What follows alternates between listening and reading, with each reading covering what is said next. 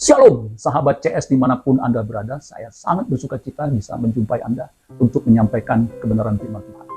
Kebenaran firman Tuhan pada kesempatan kali ini berjudul Be Smart. Be Smart. Jadilah cerdas. Pengkhotbah 7 ayat 9-10, kemudian ayat 16-17 dan 21. Saya akan bacakan buat kita semua. Ayat 9, janganlah lekas-lekas marah dalam hati, karena amarah menetap dalam dada orang bodoh. Janganlah mengatakan zaman dulu lebih baik daripada zaman sekarang, karena bukannya berdasarkan hikmat engkau menanyakan hal itu. Ayat 16, janganlah terlalu saleh, janganlah perilakumu terlalu berhikmat, mengapa engkau akan membinasakan dirimu. Ayat 17, nah diperhatikan, janganlah terlalu fasik, janganlah bodoh, mengapa engkau mau mati sebelum waktumu. Ayat 21, terakhir juga, janganlah memperhatikan segala perkataan yang diucapkan orang, supaya engkau tidak mendengar pelayanmu mengutuki engkau. Kalau kita perhatikan ayat-ayat yang saya baca itu, ada 7 larangan yang dikemukakan oleh pengkhotbah. Yang konon, pengkhotbah ini adalah Salomo, orang yang paling bijaksana. Dan Kristus mengakuinya bahwa Salomo itu orang yang berhikmat. Di Matius 12 ayat 42. Nah, saudara, Salomo mengatakan ada 7 larangan. Jangan cepat marah, yang pertama. Jangan asal bicara, yang kedua. Yang ketiga, jangan terlalu saleh. Yang keempat, jangan terlalu berhikmat. Yang kelima, jangan terlalu fasik atau jahat. Yang keenam, jangan bodoh. Yang terakhir, ketujuh, jangan terlalu memperhatikan perkataan orang lain yang belum tentu benar. Nah, yang menarik, saudara sekalian, saya melihat ayat yang keenam, jangan bodoh. Jangan bodoh. Kalau untuk positifnya, be smart. Cerdaslah, begitu. Larangan jangan bodoh, itu kemudian ada penjelasan yang menarik, saudara. Saya ulangi di ayat 17, janganlah terlalu fasik, janganlah bodoh. Mengapa engkau mau mati sebelum waktumu? Nah, jadi saudara sekalian, jangan terlalu fasik, jangan terlalu bodoh. Kenapa? Mengapa engkau mau mati sebelum waktunya? Jadi saudara, jangan sampai kita mati sebelum waktunya, itu bodoh. Itu fasik, saudara. Jadi orang jahat, orang fasik, mau cepat-cepat mati, itu bodoh, saudara. Bodoh sekali. Kenapa saya katakan orang fasik, orang bodoh, ya, mau mati, cepat-cepat itu bodoh sekali. Karena masuk neraka itu nggak sehari 2 hari, nggak seminggu 2 minggu, nggak setahun 2 tahun, atau berapa tahun begitu. Itu selama-lamanya, maka jangan bodoh.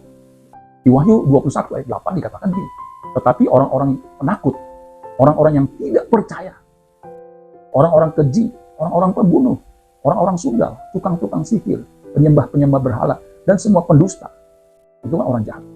Mereka, kita mengatakan, akan mendapat bagian mereka di dalam lautan yang menyala-nyala oleh api dan belerang. Inilah kematian yang kedua. Saudara, kematian yang kedua setelah kita mati secara fisik, ini yang disebut dengan lautan api. Tempat di mana iblis nanti akan dibuang juga ke situ. Itu neraka jahanam, saudara. Yang saya katakan, sekali masuk nggak bisa keluar lagi. Makanya kita harus memperhatikan. Jangan berpikir kita bisa masuk surga meskipun perilaku kita jahat, karena sudah percaya Yesus. Orang yang percaya Yesus pasti mengalami perubahan karakter, mengalami pembaharuan budi. Dia akan memiliki gambar dan rupa Allah, yaitu karakter ilahi, natur ilahi, kodrat ilahi. Makanya kalau masih jahat, ini kodratnya masih kodrat berdosa, saudara. Ada sedikit terjemahan yang menarik, saudara, yang agak berbeda, yaitu terjemahan sederhana untuk pengkhotbah 7 ayat 17. Dikatakan begini, terjemahan sederhana Indonesia, ayat 17 pengkhotbah 7, dan janganlah menyerahkan hidupmu hanya untuk melakukan kejahatan dan kebodohan. Itu hanya membuat kamu lebih cepat mati. Jadi ini lebih praktikal, lebih pragmatis, bahwa kalau kita menyerahkan hidup kita hanya untuk melakukan kejahatan dan kebodohan, itu membuat kita akan lebih cepat mati, saudara. Jadi orang yang bodoh, orang yang melakukan kejahatan, itu cepat mati, saudara. Saya teringat dengan ada orang yang demi konten. Jadi demi konten di YouTube atau di TikTok, dia minta temannya untuk memvideokan dia, menyetop, memberhentikan di tol, itu kontainer atau truk besar mendadak. Saudara bisa bayangin, ini betapa bodohnya orang ini. Ternyata betul, saudara sekalian, itu memang dimasukin di konten itu, tapi orang yang bersangkutan sudah meninggal. Sebab ketika dia menyetop, itu kendaraan besar itu nggak bisa berhenti mendadak. Kalau dia berhenti mendadak, itu pasti akan terjadi kecelakaan beruntun.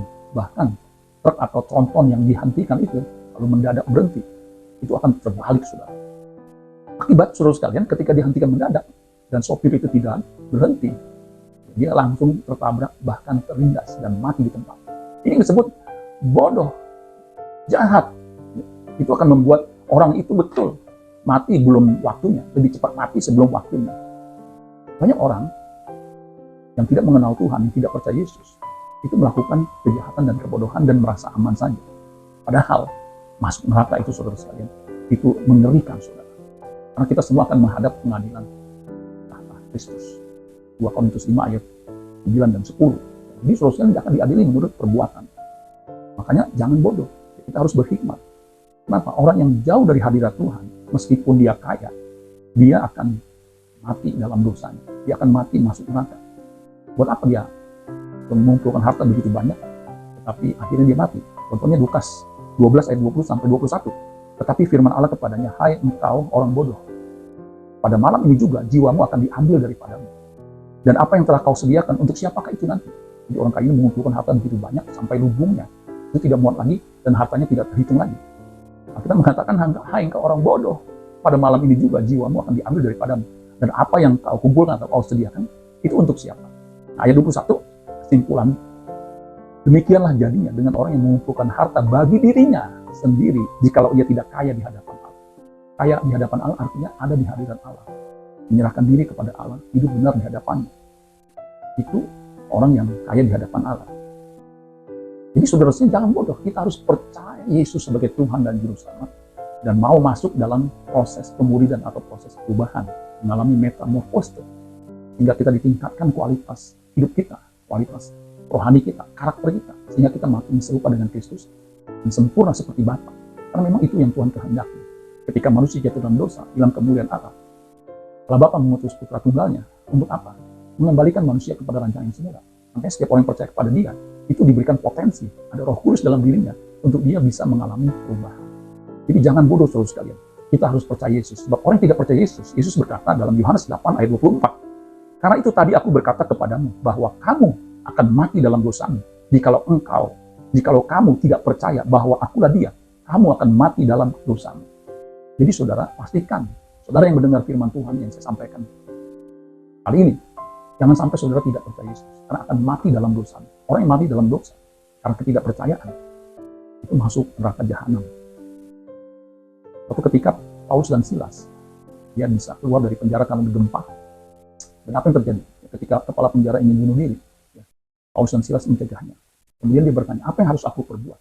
Nah, jawabannya ini luar biasa. Kisah Para Rasul 16 ayat 31. Jawab mereka, ini jawaban Paulus dan Silas. Percayalah kepada Allah, kepada Tuhan Yesus Kristus, dan engkau akan selamat, engkau dan seisi rumahmu. Jadi Paulus dan Silas menjawab, percayalah kepada Allah, kepada Tuhan Yesus Kristus, engkau akan selamat, engkau dan seisi rumahmu. Jadi saudara jangan bodoh. Mari kita percaya Yesus, sebab masuk neraka itu selama-lamanya. Pastikan saudara terima Yesus sebagai Tuhan dan Juru Selamat. Karena Alkitab mengatakan, karena begitu besar kasih Allah akan dunia ini, sehingga dikaruniakannya anak itu supaya setiap orang atau barang siapa yang percaya kepada tidak binasa, melainkan beroleh hidup yang kekal. Jadi kalau kita percaya Yesus, Tuhan menjanjikan hidup kekal.